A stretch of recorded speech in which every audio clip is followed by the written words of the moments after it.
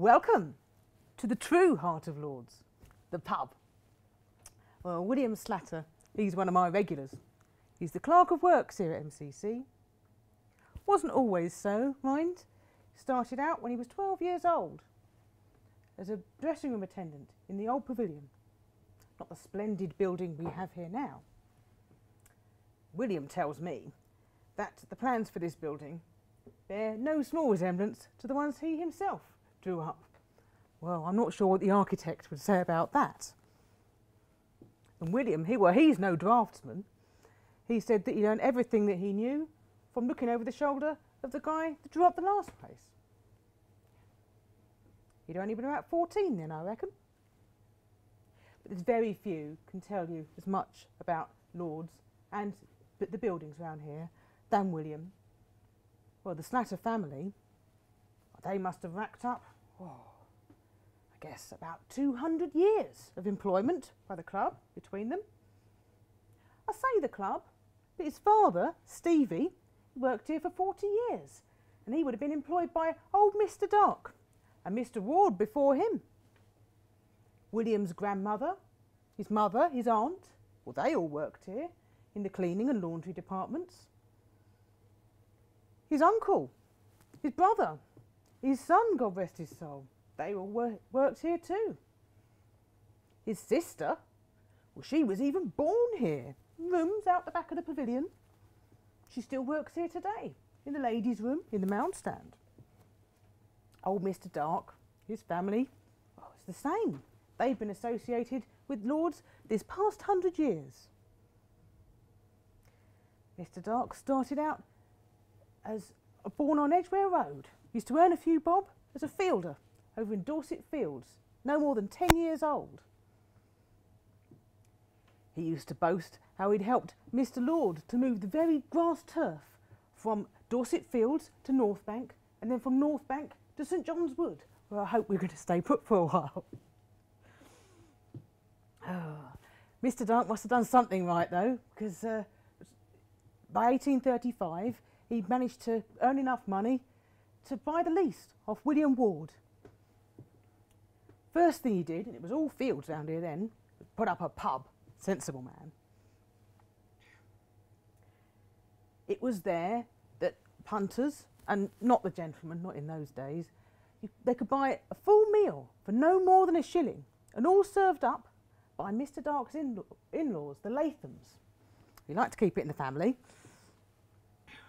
The gentlemen, though, they'd be in the pavilion.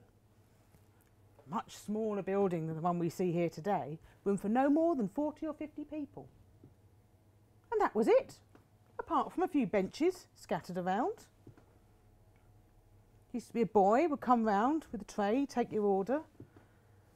Those who couldn't find a seat, they'd have to stand or lie in the grass with their clay pipes and their tankards.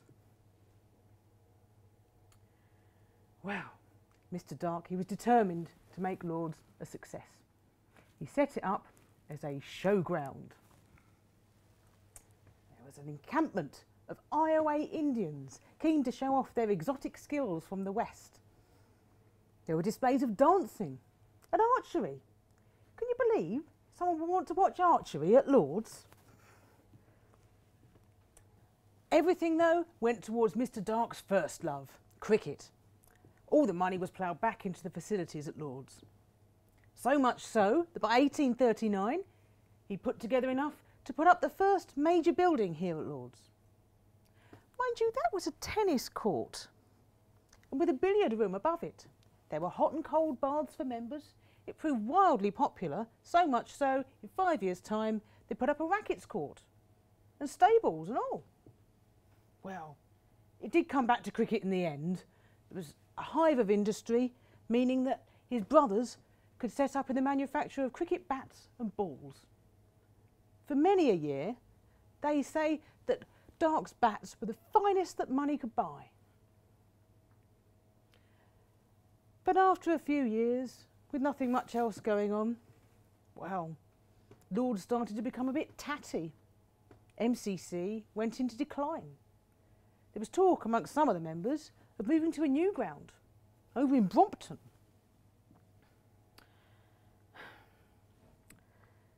cricketers, well, they were being enticed to the oval. Something about flatter pitches. Can you imagine? Things got so bad that by 1860, when the Eyre estate, and they owned everything round here, well, they decided to put up the freehold of the ground for sale, MCC didn't even bid.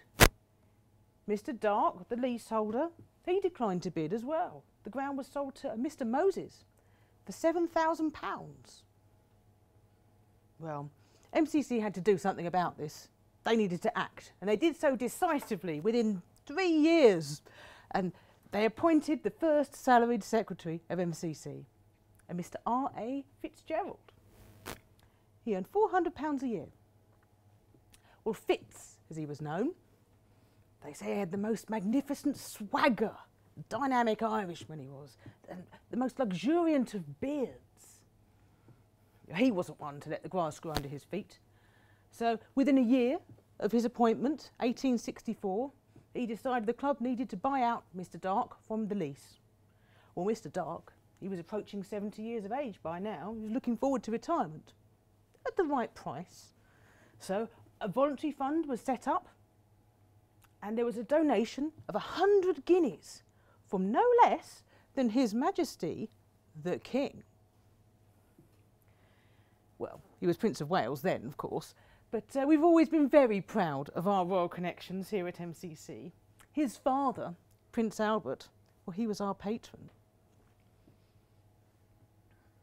Well, 4 years later, Mr. Moses, he must have changed his plans, and the freehold came up for sale again. This time, Fitz was ready. He had a donor lined up. And so, thanks to a very generous donation from William Nicholson of the famous gin family, MCC was able to secure the freehold of Lords. So, cheers, William. And it's not just me who's grateful, mind. The club was said to be so grateful that they decided to make a change in their colours, from a sort of a sky blue to the red and gold that we have here today. Well, I'll leave you to make your own mind up about that. So, with the future of Lords now secure, what had been good enough for old Mr. Dark when things were going well was good enough for MCC. They went on a building spree.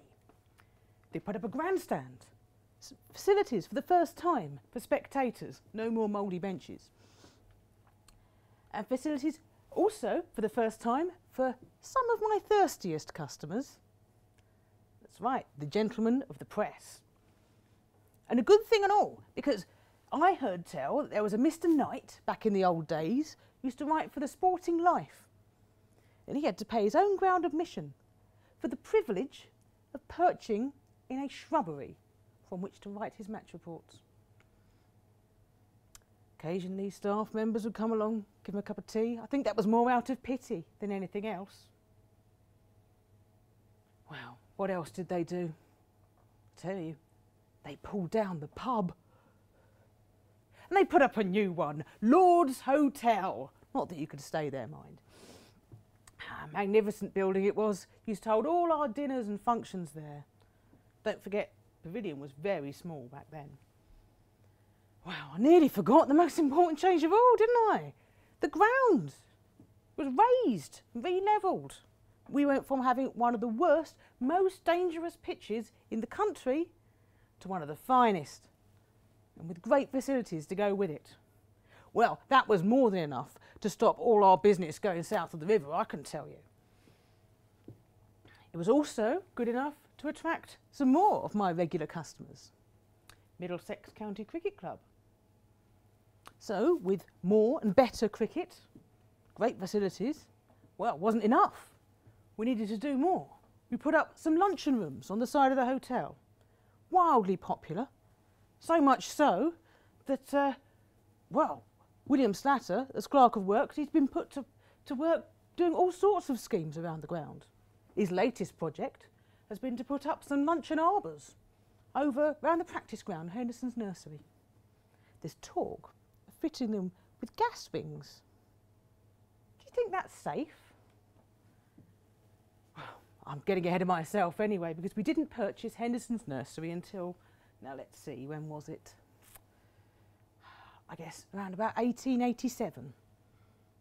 I remember going to see Henderson's Tulip Show when I was a little girl.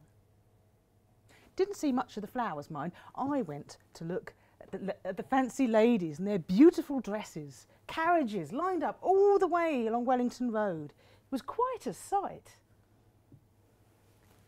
They say Henderson's pineapples, the most delicious in the world. I wouldn't know. I was just a child, me. Well, with everything going so well, something had to come along to ruin it. And this time it was the railways. They decided they wanted to build a line through, straight across the ground and down to the new station at Marylebone. Well, maybe it was MCC's royal connections. But we've always had friends in high places, and we were able to negotiate a sort of a land swap. So we got the land over in the corner that used to belong to the clergy orphan school, and the railways got to run their track underground along next to the Metropolitan Railway.